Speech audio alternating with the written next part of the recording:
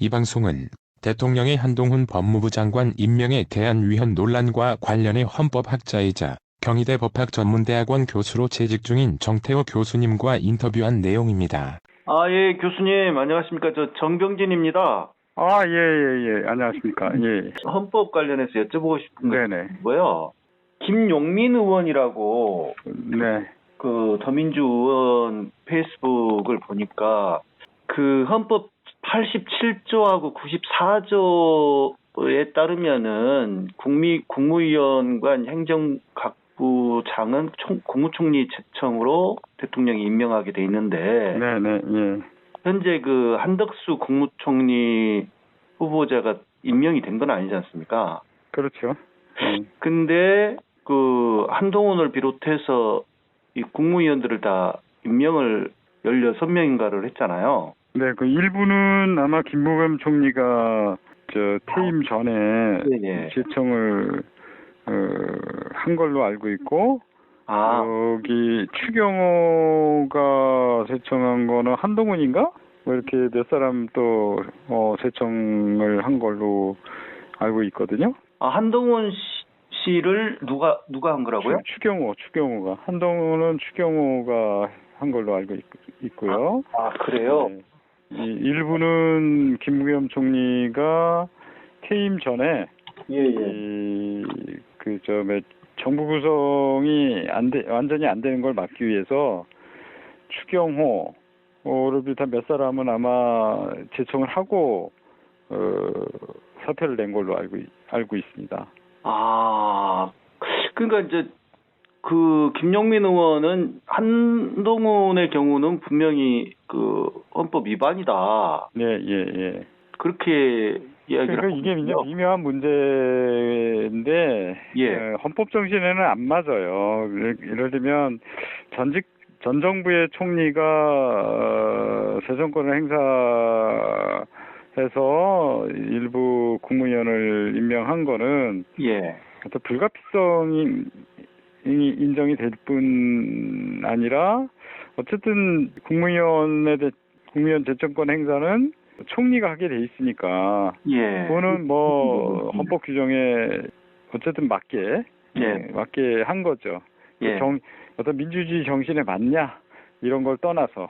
근데 일단 한동훈 장관 같은 경우는 일단 이게 정부직법 22조의 문제하고 총리 임명에 대한 국회 동의제도의 목적이랄까 이런 것들 종합적으로 살펴서 답을 해야 되는데 정부직법 22조에 의하면 거기 이제 총리 직무대행제도가 있어요. 총리가 사고로 인하여 직무를 수행할 수 없을 때, 그때는 이제 부총리, 경제부총리 1순위, 그다음에 교육부총리 2순위, 뭐 이런 식으로 순서가 정해져 있거든요.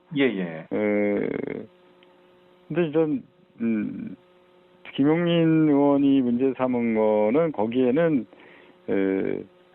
거리는 없다. 그 직무대행 사유에 사고만 있지. 사고가 자리가 사고만 있지. 그 자리가 비어 있는 상태인. 거리는 들어 있지 않다. 그런데 지금 이 총리가 거리 아니냐? 없잖아요. 그러니까 이 추경호가 이 부총리로서 제청권이 없다. 그렇죠.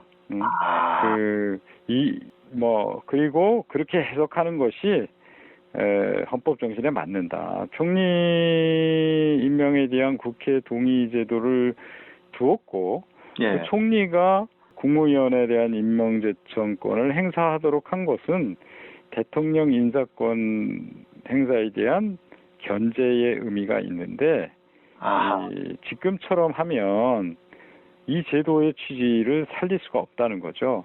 사실은 총리 없이도 정부가 굴러갈 수 있게 되잖아요. 앞으로 만약에 이러면 부총리 가지고 하면 되잖아요. 부총리가 다 대행을 통해서. 왜냐하면 총리는 민주당이 동의하지 않으면 임명 못하니까. 우리 총리 없이 하겠다 해도 막을 길이 없어요. 아, 진짜 그러네요. 예.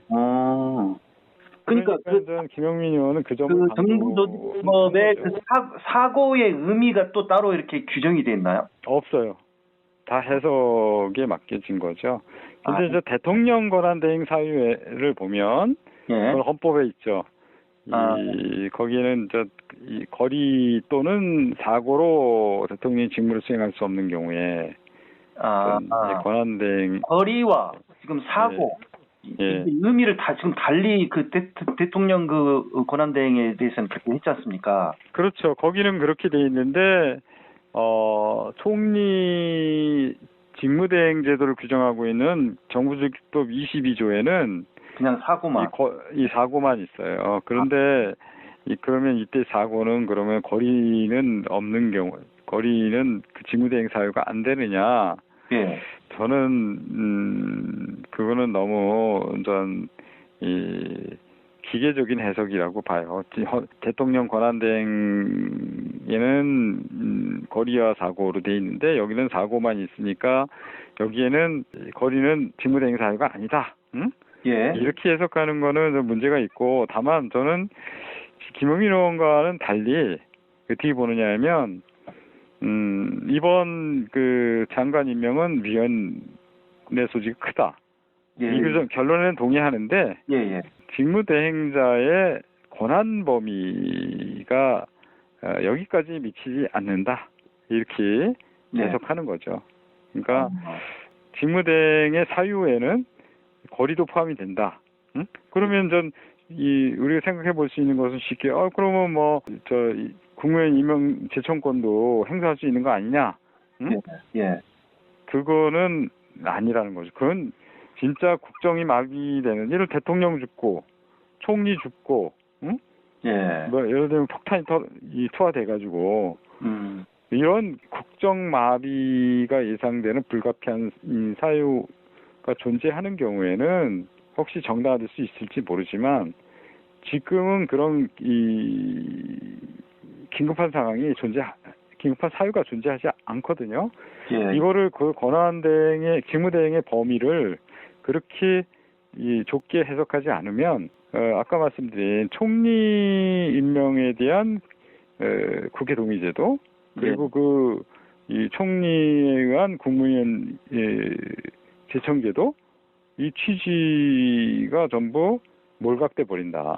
근데 이제 그러니까, 반론을 제기를 저쪽에서 쪽에서 이렇게 한다면 국힘 쪽에서 한다면 아니면 이제 정부에서나 아니 지금 법무부 장관이 굉장히 중요한 위치인데 지금 법무부 장관이 없는 상태에서 그 총리 뭐가 그렇게 긴급합니까? 아니 예를 들면 한동훈 장관이 임명 안 됐다 그래서 뭐가 안 굴러가는 게 뭐가 있나요? 네. 한동훈 안 굴러가는 거 없죠 사실은. 그렇죠. 예. 그러니까 직무대행의 권한 범위에 제청권 인사권 행사는 포함되지 않는다. 라고 해석하는 것이 헌법 정신에 맞는다는 거죠. 근데 이거에 관해서는 판례도 없고 이런저런 해석이 가능해서 판례가 없어요. 이 문제에 관해서는. 그러니까 전례도 없습니까? 전례는 과거 정부에도 이런 사례가 있었다라는 얘기는 있더라고요. 그래요? 예. 그러니까 다른 국회의원들도 문제 제기를 안 하는군요. 이 문제 제기 한 사람은 이상민 의원은 모두가 위헌이다라고 했고, 김부겸 전 총리의 재정권 행사도 위헌이다. 이렇게 전부 위헌이다라고 주장했고, 김영민 의원은 한동훈 케이스가 위헌이다. 추경호 부총리가 재정권 행사한 거는 위헌이다. 그 취지, 그 근거는 정부조직법 22조의 직무대행 사유에 거리는 존재하지 않는다. 응? 그러니까 사고만 존재하다. 응? 그리고 두 번째 헌법적인 차원에서의 그 국회 국무총리 임명에 대한 국회 동의 제도, 그리고 그 국회의 동의를 받은 국무총리에 의한 제청제도, 예. 이 취지를 살리려면 그렇게 해석해야 된다 이거죠. 네, 네. 상당히 그 합리적으로 들리는데요. 네네. 근데 또 이제 판례도 없고 그렇다 그러니까. 근데 이것을 만약에 이제 뭐 그러면 이걸 뭐 헌법재판소에다가 이에 대해서 뭐 이 판단을 또 물을 수 있는 뭐가 있나요? 그럴 수도 있죠. 그럴 수도 있죠. 아, 그래요? 네. 그러니까 헌법 권한쟁의 제도를 제기는 할 수는 있죠. 권한쟁의 심판. 네, 권한쟁의, 왜냐하면 국회의 국무총리 동의권 행사를 간접적으로 침해한 것이 되는 거니까. 그러니까 이게 좀 인과관계의 끈이 길잖아요. 먼저 이 국무총리가 제청을 하도록 되어 있고, 예. 그 제청권을 행사할 수 있는 국무총리 임명에 국회가 동의권을 가지고 있는데, 그 동의를 받지 아니한 일개 부총리가 이른바 총리 권한 대행자로서 이 제청권을 행사함으로써 월권을 해버렸다. 이 사실상 간접적으로 국무총리 임명에 대한 국회 동의권이 침해됐다. 예. 이런 식으로 법리 구성해서 뭐 권한쟁의를 해볼 수는 있겠죠. 그거는 국회가 할 수 있는 거죠? 그러니까 국회가 할 수 있는데 민주당이 지금 이 과반 의석을 점하고 있으니까 이 일반 안건으로 해서 할 수는 있겠죠. 아, 판단을 받아볼 수 있다. 판단을 받아볼 수 있는데 모르죠. 이런 그 정치적으로 임명한 사람들에서 헌법재판관은 항상 갈라졌습니다. 예. 이 사안에 대해서는 뭐 그러면 헌법학자들도 다 의견이 견해가 갈리겠죠. 아, 판례가 없기 때문에. 무슨 말씀인지 알겠습니다. 어쩐지 그 김영민 의원 문제 제기가 뭐 나는 헌법 그 조항만 87조하고 94조죠. 네, 조항만 확인했는데 어긴 게 맞구나. 이 정도는 되는데 정부 조직법까지는 생각을 못했고. 예. 잘 알겠습니다, 교수님. 세상이 이전 저쪽이 집권하면 이 언론도 조용하고 다 그래요. 그렇더라고요. 뭐 이런 거 뭐 전혀 다루지도 않고요. 그러면서 좀 아무런 감시가 없고요. 그러니까 언론에 대한 감시도 없고, 이 검찰도 자기 편이고. 그러니까 아마 여기 부패 사건이나 이런 것들이 좀 지나면 많이 일어날 겁니다. 그래서 뭔가 썩은 냄새가 나야 국민들이 다시 정신을 차리는 거죠. 아니 뭐 일주일 정도밖에 안 지났는데 벌써부터 너무 심하다는 생각이 많이 들더라고요. 저쪽은 그러니까 그 눈치를 안 보잖아요. 왜냐하면 언론이 자기 편이고. 이 언론이 자기 편인 배경에는 뭐가 있습니까? 자본이 자기 편이니까. 주요 민영 언론사들은 전부 이 재벌이 갖고 있잖아요. 그러니까요. 그러니까 이해관계를 같이 하기 때문에 저쪽이 집권하면 조용해요. 그렇더라고요. 민주당이 집권하면 시끄럽고. 그러나 다 이 정치 권력은 사방이 다 적으로 둘러싸여 있어서 민당이 집권하면 공직자들이나 권력 정치인들은 긴장할 수밖에 없고, 그러니까 상대적으로 덜 부패하죠.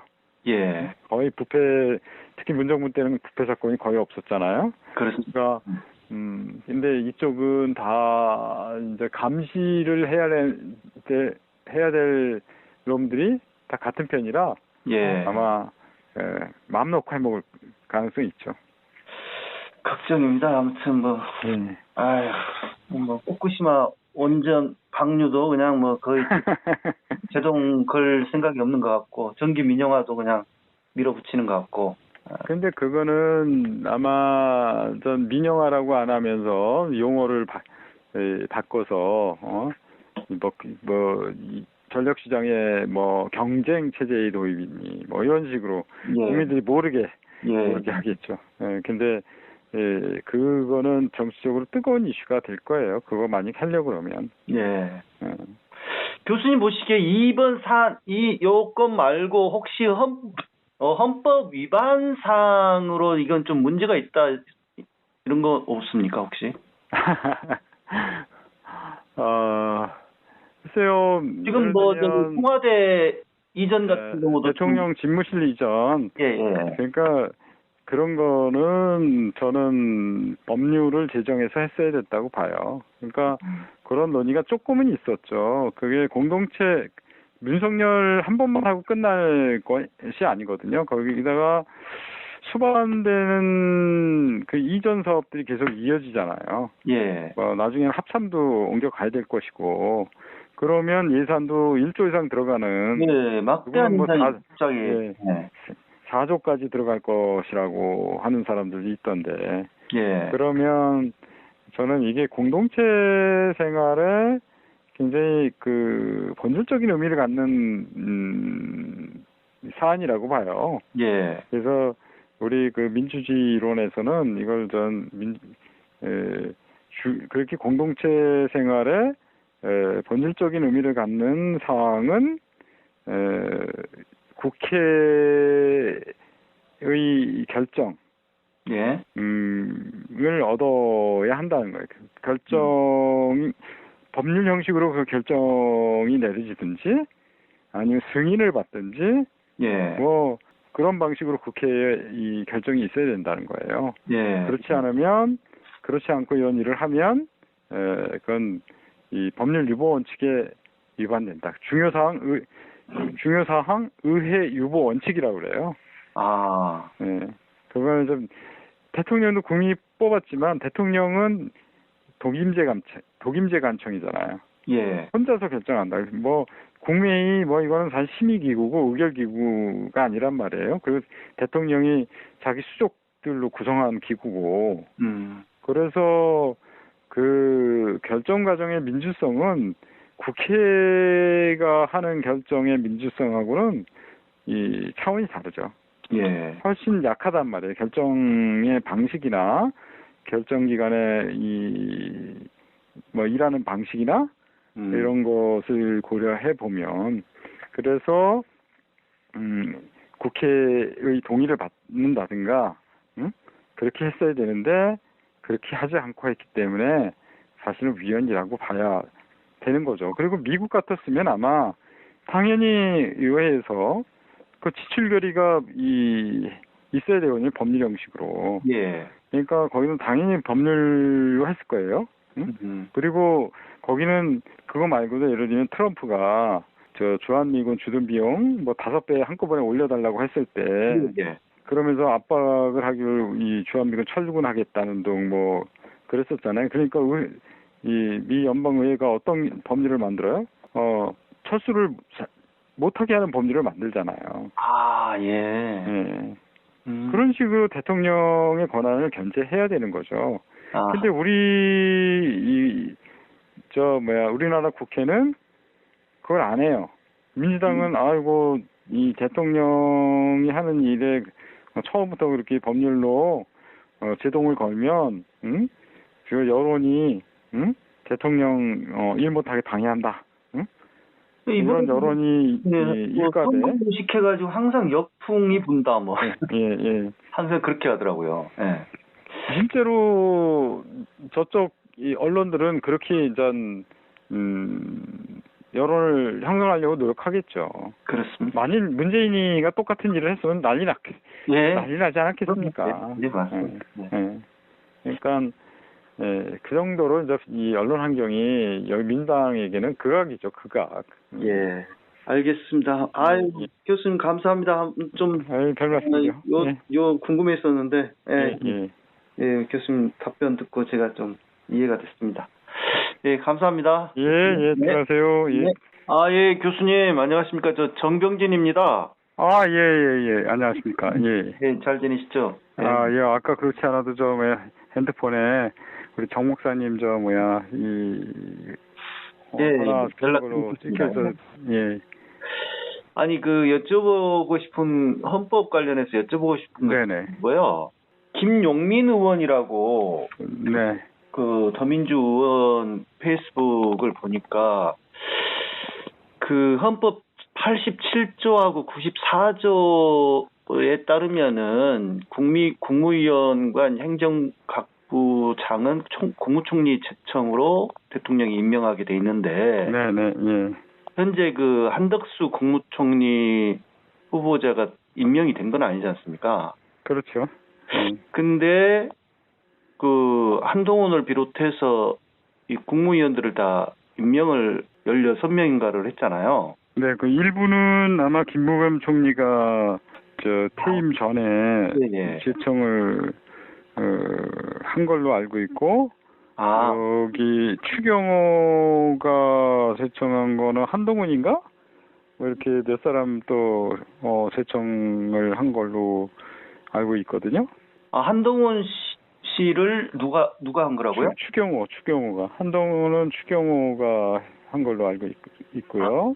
그래요? 네. 일부는 김부겸 총리가 퇴임 전에 정부 구성이 완전히 안 되는 걸 막기 위해서 추경호를 비롯한 몇 사람은 아마 제청을 하고 사퇴를 낸 걸로 알고 있습니다.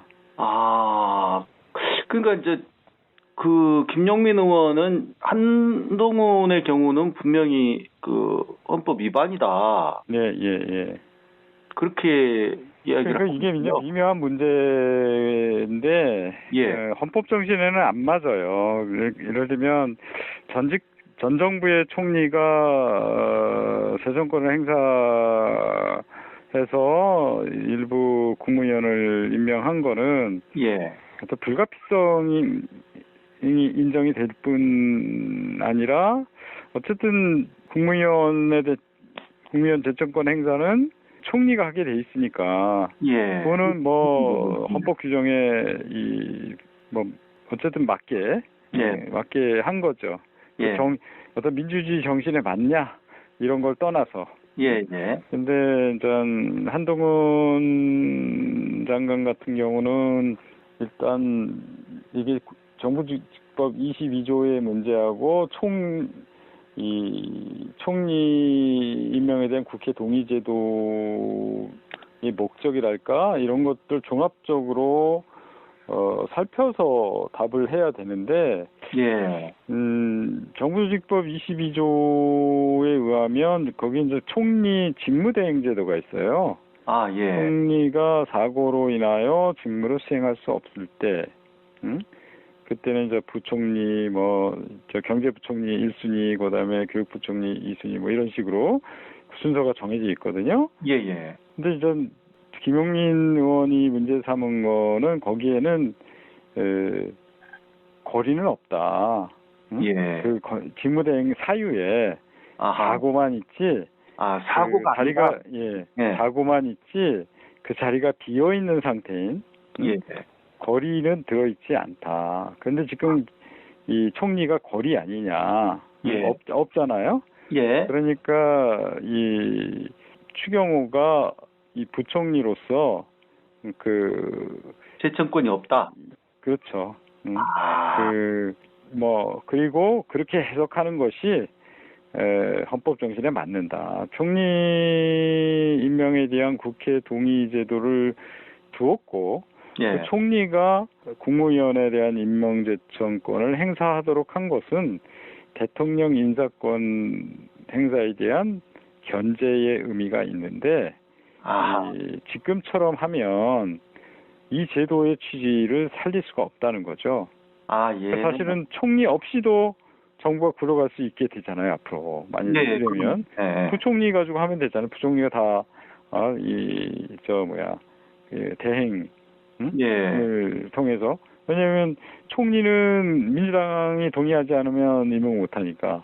예. 우리 총리 없이 하겠다 해도 막을 길이 없어요. 아, 진짜 그러네요. 예. 그러니까 김영민 의원은 그 점을 그 정부조직법의 그 사고의 의미가 또 따로 이렇게 규정이 돼 있나요? 없어요. 다 해석에 맡겨진 거죠. 근데 이제 대통령 권한 대행 사유를 보면 그건 헌법에 있죠. 거기에는 이 거리 또는 사고로 대통령이 직무를 수행할 수 없는 경우에 권한 대행 거리와 지금 사고 의미를 다 지금 달리 그 대통령 그 권한 대행에 대해서는 그렇게 했지 않습니까? 그렇죠. 거기는 그렇게 돼 있는데 총리 직무대행 제도를 규정하고 있는 정부조직법 22조에는 그냥 사고만 이 사고만 있어요. 그런데 그러면 이때 사고는 그러면 거리는 없는 경우, 거리는 그 직무대행 사유가 안 되느냐? 예. 저는 그거는 너무 기계적인 해석이라고 봐요. 대통령 권한대행에는 거리와 사고로 돼 있는데 여기는 사고만 있으니까 여기에는 거리는 직무대행 사유가 아니다. 응? 예. 이렇게 해석하는 거는 좀 문제가 있고, 다만 저는 김용민 의원과는 달리 어떻게 보느냐면 이번 그 장관 임명은 위원회 소식이 크다. 예. 이 결론에는 동의하는데 이 직무대행자의 권한 범위가 여기까지 미치지 않는다. 이렇게 해석하는 거죠. 그러니까 직무대행의 사유에는 거리도 포함이 된다. 응? 그러면 우리가 생각해 볼 수 있는 것은 쉽게 그러면 국무회의 임명 제청권도 행사할 수 있는 거 아니냐? 응? 예. 그거는 아니라는 거죠. 그건 진짜 국정이 마비되는, 예를 대통령 죽고 총리 죽고, 응? 예. 예를 들면 폭탄이 투하돼가지고 이런 그 국정 마비가 예상되는 불가피한 사유가 존재하는 경우에는 혹시 정당화될 수 있을지 모르지만 지금은 그런 긴급한 사유가 존재하지 않거든요. 예. 이거를 그 권한대행의 직무대행의 범위를 그렇게 좁게 해석하지 않으면 아까 말씀드린 총리 임명에 대한 국회 동의제도 그리고 이 총리에 의한 국무위원 제청제도 이 취지가 전부 몰각돼 버린다. 근데 이제 반론을 제기를 저쪽에서 쪽에서 한다는 국힘 쪽에서 한다면 아니면 이제 정부에서나 아니 지금 법무부 장관이 굉장히 중요한 위치인데 지금 법무부 장관이 없는 상태에서 그 총리 뭐가 그렇게 긴급합니까? 아니 예를 들면 한동훈 장관이 임명 안 됐다 그래서 뭐가 안 굴러가는 게 뭐가 있나요? 네. 한동훈 안 굴러가는 거 없죠 사실은. 그렇죠. 예. 그러니까 직무대행의 권한 범위에 제청권 인사권 행사는 포함되지 않는다라고 해석하는 것이 헌법 정신에 맞는다는 거죠. 예. 근데 이거에 관해서는 판례도 없고 이런저런 해석이 가능해서 판례가 없어요. 이 문제에 관해서는. 그러니까 전례도 없습니까? 전례는 과거 정부에도 이런 사례가 있었다라는 얘기는 있더라고요. 그래요? 예. 그러니까 다른 국회의원들도 문제 제기를 안 하는군요. 이 문제 제기 한 사람은 이상민 의원은 모두가 위헌이다라고 했고, 김부겸 전 총리의 재정권 행사도 위헌이다. 이렇게 전부 위헌이다라고 주장했고, 김영민 의원은 한동훈 케이스가 위헌이다. 그냥 추경호 부총리가 재정권 행사한 거는 위헌이다. 그 취지, 그 근거는 정부조직법 22조의 직무대행 사유에 거리는 존재하지 않는다. 응? 예. 그러니까 전 사고만 존재하다. 응? 근데 그리고 두 번째 헌법적인 차원에서의 그 국회 이 국무총리 임명에 대한 국회 동의제도 그리고 국회의 동의를 받은 국무총리에 의한 제청제도 예. 이 취지를 살리려면 그렇게 해석해야 된다 이거죠. 예, 예. 상당히 그 합리적으로 들리는데요. 네네. 근데 또 이제 판례도 없고 그렇다 그러니까. 근데 이것을 만약에 이제 그러면 이걸 헌법재판소에다가 이에 대해서 이 판단을 또 물을 수 있는 뭐가 있나요? 그럴 수도 있죠. 그럴 수도 있죠. 아, 그래요? 네. 그러니까 권한쟁의 제도를 제기를 할 수는 있죠. 권한쟁의 심판. 네, 권한쟁의 왜냐하면 국회의 국무총리 동의권 행사를 간접적으로 침해한 것이 되는 거니까. 그러니까 이게 좀 인과관계의 끈이 길잖아요. 먼저 이 국무총리가 제청을 하도록 되어 있고 그 제청권을 행사할 수 있는 국무총리 임명에 국회가 동의권을 가지고 있는데 그 동의를 받지 아니한 일개 부총리가 이른바 총리 권한 대행자로서 이 제청권을 행사함으로써 월권을 해봤다. 사실상 간접적으로 국무총리 임명에 대한 국회 동의권이 침해됐다. 이런 식으로 법리 구성해서 권한쟁의를 해볼 수는 있겠죠. 그거는 국회가 할 수 있는 거죠? 그러니까 국회가 할 수 있는데 민주당이 지금 이 과반 의석을 점하고 있으니까 이 일반 안건으로 해서 할 수는 있겠죠. 판단을 받아볼 수 있다. 판단을 받아볼 수 있는데 모르죠. 이런 그 정치적으로 예민한 사안들에서 헌법재판관은 항상 갈라졌으니까. 이 사안에 대해서는 그러면 헌법학자들도 다 의견이 견해가 갈리겠죠. 판례가 없기 때문에. 무슨 말씀인지 알겠습니다.